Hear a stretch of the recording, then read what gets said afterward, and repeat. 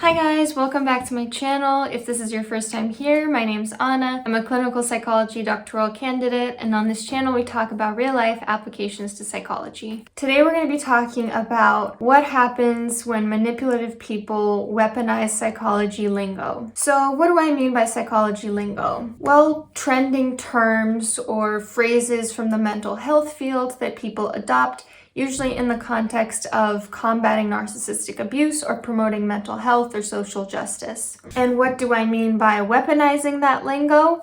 I'm talking about people who appropriate these terms and use them to cause harm to others, or to manipulate or control or coerce others for their own benefit, often while incorrectly using this terminology. So let's just get into it. What are some of the ways I've seen people weaponize psychology terminology that is usually meant to help rather than harm? The first one I can think of is the misuse of the word gaslighting. The definition of gaslighting is really quite simple. It's when someone tries to deny your reality or make you feel crazy, like you can't trust your own reality. They might say flat out you're crazy, or just more subtly make you think that. They might say I never did or say that, when they, objectively speaking, did do or say that thing that they're denying.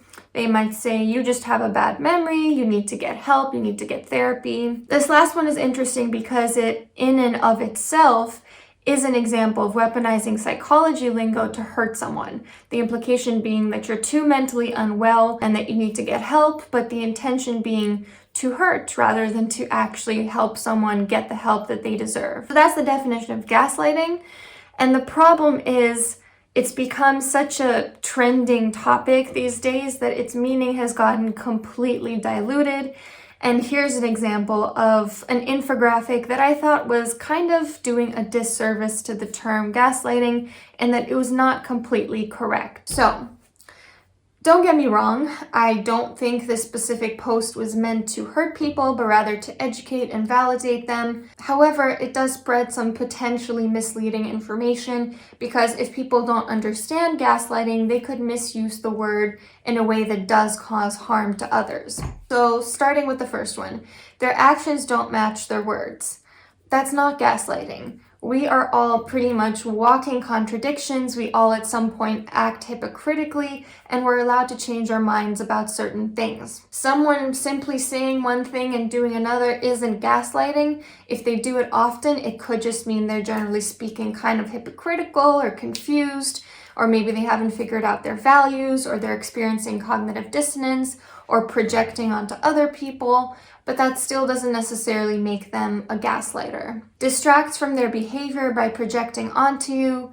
No, I'm sorry, but again, that's not gaslighting, that's deflection. So saying things like, it's not my fault, my brother was the one in the wrong here, kind of combined with projection. So like saying, because you feel angry a lot of the time, accusing someone else of being angry all the time. It's something that's fresh on your mind, but you're not willing to admit that it's something you struggle with. Degrading comments followed by positive reinforcement, that is also not gaslighting. It's using behavior modification to manipulate others by randomly punishing and reinforcing certain behaviors to get someone hooked onto you and compliant. They attempt to block or are unsupportive of your growth. Not gaslighting, that's just being unsupportive, maybe bitter, maybe an envious person. The only two things on here that are truly gaslighting are these last two.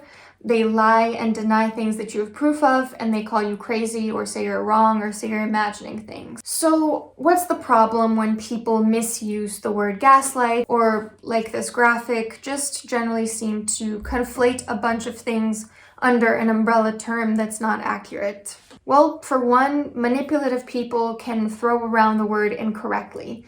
If you're in a disagreement with someone and the two of you have different perceptions of a situation, or make meaning of a situation in different ways, someone might weaponize the word by saying, you're gaslighting me, when in reality you're not doing that at all. You're just having a disagreement in perception. So let's say, for example, you and your partner take turns on the dishwasher before bed. And you might say, I turned it on yesterday, and they might say, no, I turned it on yesterday. If they then say, you're gaslighting me, that's a quite serious accusation that could, in all likelihood, just be one person misremembering or a disagreement based on faulty information. I've also seen people accuse those around them of gaslighting simply because the other person wasn't being supportive of them, kind of like what the infographic was suggesting, that that's gaslighting. Like, sure, maybe your mom is completely unsupportive of your mental health struggles, maybe she's caused you harm, but that doesn't mean she's made you question your reality or is trying to make you feel crazy. Being accused of being a gaslighter when you are not intentionally trying to make someone question their reality, but merely trying to express how you see things differently, can be very detrimental to a person's self-image. You might find yourself wondering, hold up, am I abusive? Am I a bad person?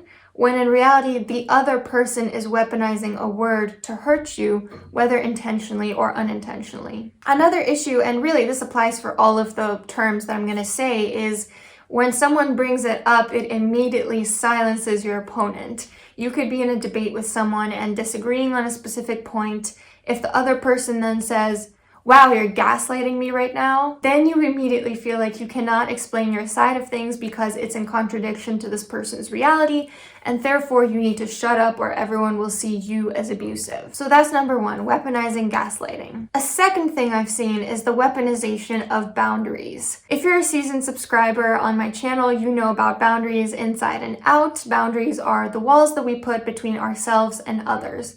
And they can sometimes be too porous, like letting people walk all over you, always catering to others, never advocating for yourself, or too rigid, where you're completely stubborn, your walls are so high that no one can get through, you refuse to compromise.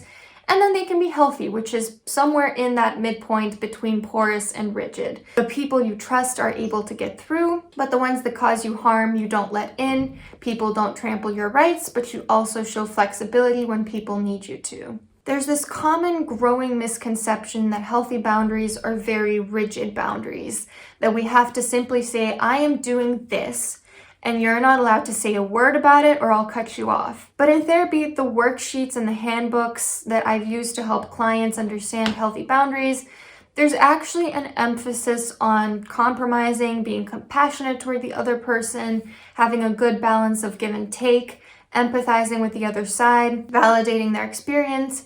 There's nothing healthy about stubbornness, rigidity, and inability to empathize with others. It also depends greatly on the context and the type of relationship.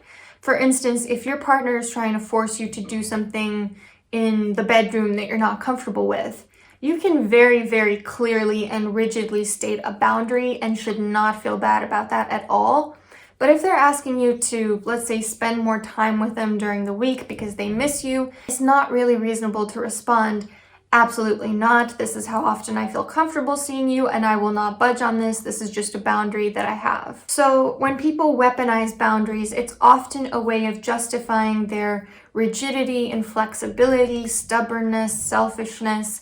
And sometimes it's a way of them justifying not meeting your needs or getting you off their back when you're making a request of them, or justifying a boundary that is really not reasonable and they're not even willing to discuss. For example, let's say that you're living at home with your parents. All of you are vaccinated against COVID. You're an adult. All of you work from home. You wear a mask everywhere. You sanitize your hands. You get tested for COVID weekly. And they don't want you to ever leave the house. They don't want you to go to the supermarket to get groceries or to see other family or your friends or to even go outside because maybe someone will break the 6 feet barrier. Of course, it's not unreasonable of them to want you to be safe and cautious, but they're not willing to reach even the most generous of compromises where you're doing all of these different things to appease them. They just say, I'm not comfortable with it, and that's my personal boundary. Are you really going to break my boundary and make me feel unsafe? Like I said, the problem here is that your boundary is not the be-all, end-all. Other people have boundaries and needs too, and there should at the very least be an open discussion, both sides presenting their arguments, a discussion of compatibility of boundaries, and perhaps a negotiation or compromise depending on the situation. And what's more concerning here is the aspect of control in this particular example, of using the term boundaries to justify someone not being able to have any kind of social life and to be completely trapped within the same four walls as you. Because here clearly, even after all of these different steps are being taken to preserve someone's health and safety, that's not enough. The issue with the boundary is not necessarily what they're saying it is. And sometimes people will not only misunderstand what healthy boundaries are, but they'll even flat out say, I'm setting a boundary, this is my boundary, in a way that hurts the people around them. The third example I'm going to give is about weaponizing individualism. So when you think about this, I want you to picture the phrase, I'm putting myself first for once. In recent years, mental health advice, especially in the online sphere, has gotten very individualistic. And if you don't know, individualism is a worldview more common in Western cultures rather than Eastern ones, characterized by the individual putting themselves and only themselves first. And in this way of viewing things, you are the center of your universe, and every action that you take should overwhelmingly benefit you. Only through everyone advocating for their individual desires and rights can there be a healthy society. This is in stark contrast to a more collectivistic worldview, which is again more common in Eastern cultures such as Eastern Europe, the Mediterranean, East Asia, where there is an acknowledgement that we are all interconnected and the best way to help ourselves both individually and collectively is by prioritizing everybody's well-being. So for example, if you just found out that your husband cheated on you 20 years ago, an individualistic friend might, not necessarily, they might advise you to immediately leave them and put your self-respect first, whereas a collectivistic person might advise you to think of the overall family system, your kids, the extended family, the role of church and community. This is, like I said, an oversimplification and definitely not 100% true of how an individualistic versus collectivistic person might respond. This is really just an example to illustrate the difference in mindset. Like with absolutely anything in this world, too much of one thing can be harmful. And I believe this applies to individualism and collectivism as well. If you get too collectivistic, it could hurt the individual and consequently the collective. If you get too individualistic, it could hurt the people around you, which could eventually hurt the collective, but also you. But unfortunately, like I said, I have seen individualism taken to an extreme lately, with people thinking that they only ever need to put themselves first 100% of the time. Like I always say, put more weight on your own well-being, but don't put all of the weight into your own well-being. Other people's feelings and well-being should also kind of factor into the situation. Let's take a look at another infographic that I think takes individualism to an extreme. So it's okay to cancel a commitment. Look, of course, it's okay if something comes up, if you need some alone time, you're feeling sick, etc. But I've recently noticed that people have been taking this to mean I can cancel minutes or an hour before an event or even hours into one, or not even tell the other person that I'm not coming to a predetermined commitment until the next day or not at all, or I'm going to show up hours late and be on my phone the whole time. And I think it's a culture like this that enables such behavior and tells people they don't need to be respectful of other people's time. And I'm sorry, but that's not true. Someone got excited all week to see you, got dressed up, cleaned the house, made a meal, and you cancel a commitment just because you're not feeling it that day or something else came up. That's a cruel thing to do to someone, and it's a sign that someone isn't reliable and frankly is taking individualism to an extreme. It's not okay to answer that call. Of course, if you're doing something else or you're having a bad day or you're feeling exhausted after work, or this is actually a work call and you're off hours, don't feel bad for leaving a call for later, or, if you're trying to break ties off with this person, not at all.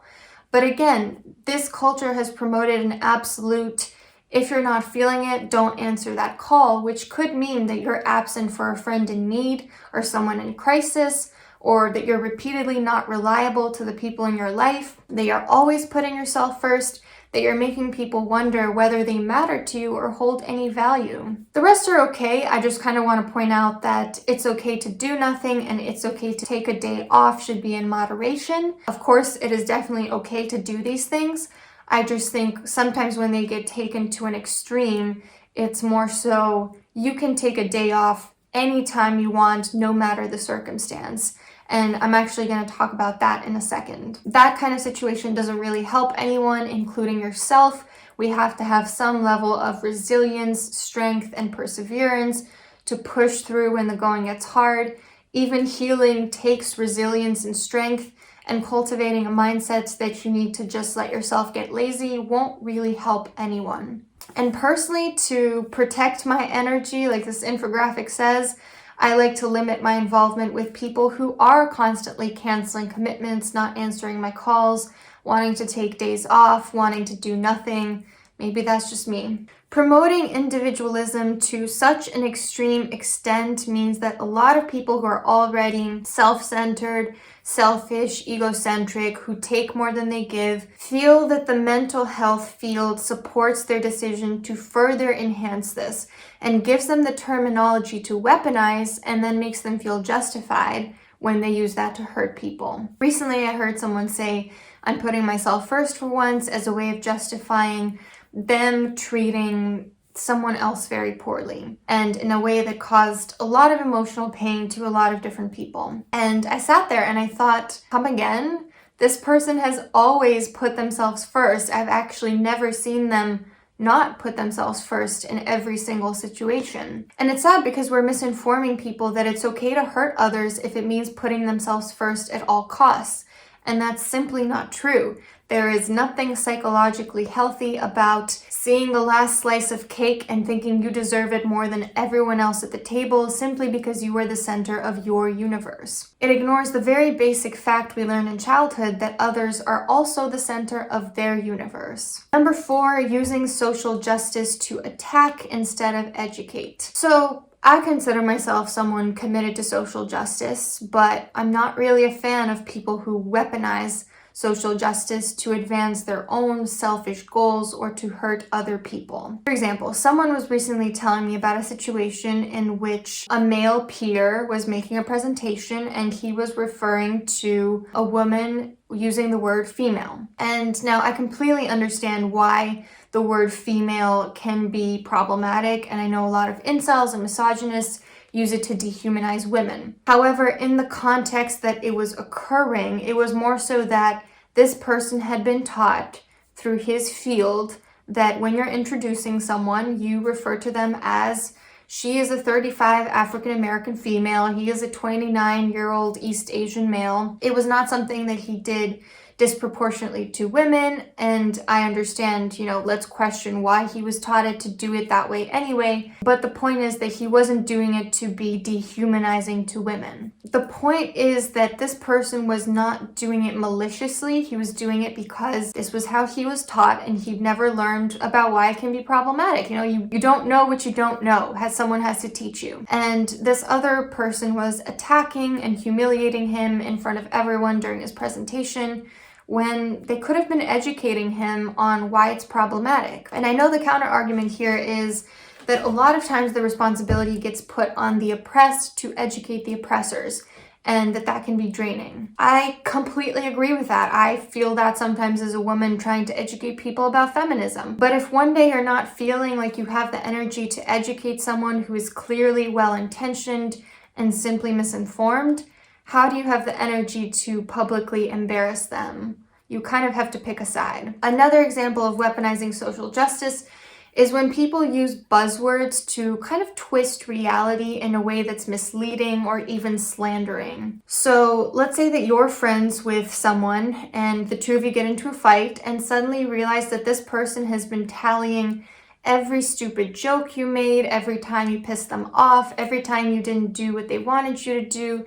And suddenly they're framing the situation as you are an evil oppressor. That time you said they looked hot in their new dress, they frame that as objectification. That time you decided to enroll in the same school as them, they frame that as stalking. That time you used the term the opposite sex without realizing that it's not inclusive to gender neutral people, suddenly you're a transphobe. And now I want to be very clear that I think 99% of the time, if someone accuses us of having certain prejudices, we need to drop all defenses and examine if there's any truth to that. But I also know there are a minority of manipulative people who use these very powerful words that they've learned to unfairly hurt other people and to control the perceptions of those around them. And often they don't even really understand the words that they're using. And it's sad because anyone can know and use these words. Them knowing what words to throw around doesn't even mean that they're using them correctly. But once someone brings up words like that, like hegemonic, toxic masculinity, patriarchy, even incorrectly or unfairly, the other person again has no way of defending themselves, and everyone simply looks at them differently. Even if they hear their side of the story, they still kind of wonder about that person. Number 5, weaponizing mental health days. Mental health days, if you don't know, is this concept that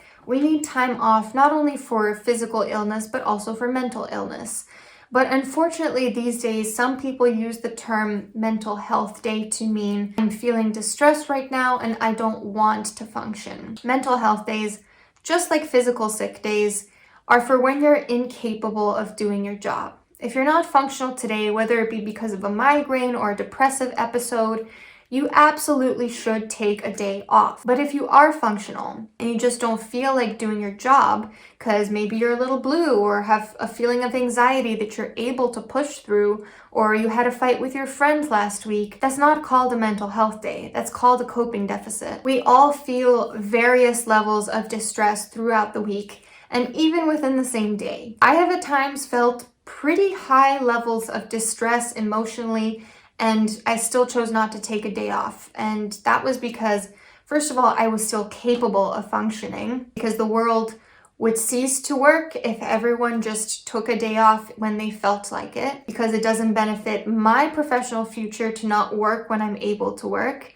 because it builds strength and character to persevere through hard times, because often occupying your time with something else like work can actually help you get out of that rut and improve your mental health. Honestly, there have been days when I woke up and I thought, I do not want to go to work today, I'm really struggling, but I did it anyway, and guess what? I forced myself to smile, which sent the message to my brain that I'm actually happy. I managed to feel accomplished and competent at the end of the day. I occupied myself with other people's distress, which distracted me from my own, and I was able to do my future self a favor by getting in those work hours, building resiliency, and saving myself a mental health day that I could maybe use down the line when I'm actually incapable of functioning, or if I've reached the end of the year and I am able to take a day off. Number 6, weaponizing emotional blackmail.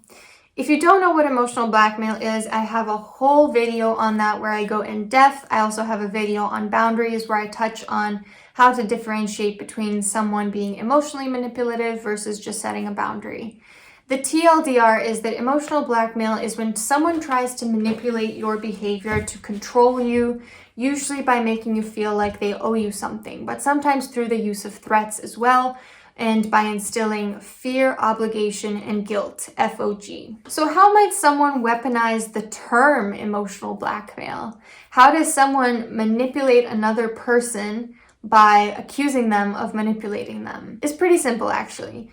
Let's say that you feel taken advantage of, or someone actually does owe you a debt that they have not paid back, not necessarily in the literal sense, or you're setting a boundary with someone, or you're explaining to someone the very real consequences of their behavior in a way that's not threatening, not trying to guilt them, and they accuse you of emotionally blackmailing them. So for example, let's say that someone's taking advantage of you and you point out the discrepancy or the unfairness. Hey, Marie, you've been asking for a lot of favors from me recently, and then you maybe list them to support your point. And I kind of feel taken advantage of lately because last week I asked you to do one small thing for me and you weren't really receptive to it.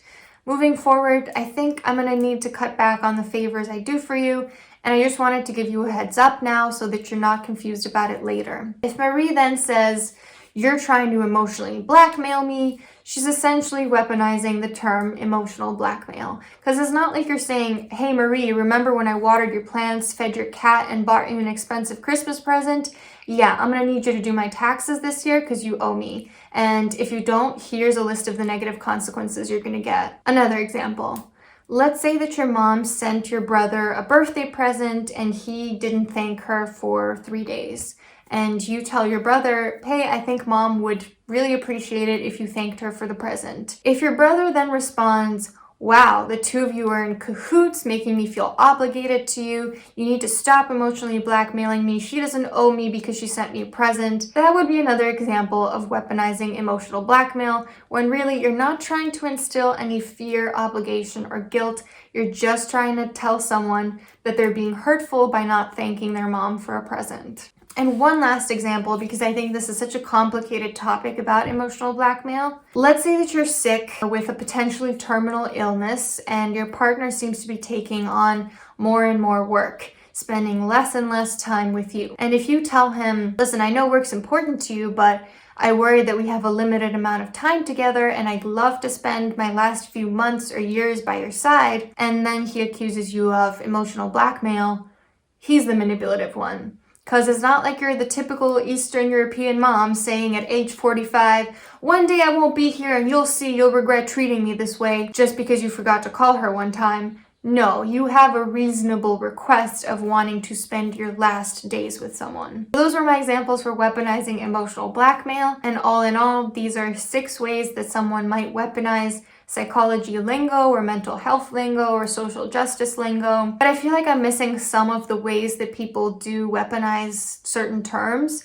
So if you can think of any, please do leave a comment below and let me know what you think I forgot to talk about. Who knows, maybe if there are enough of them, we can do a part 2. I think we've all been at some point guilty of some of these. So I know hearing these might feel a little bit triggering for some people, but I ask that you please examine any defensiveness that might come up rather than shutting down and just lashing out at the video or what I'm saying. I hope this was helpful. I hope this definitely helped anyone that's going through a situation where someone is weaponizing psychology lingo, and I hope you have a great day.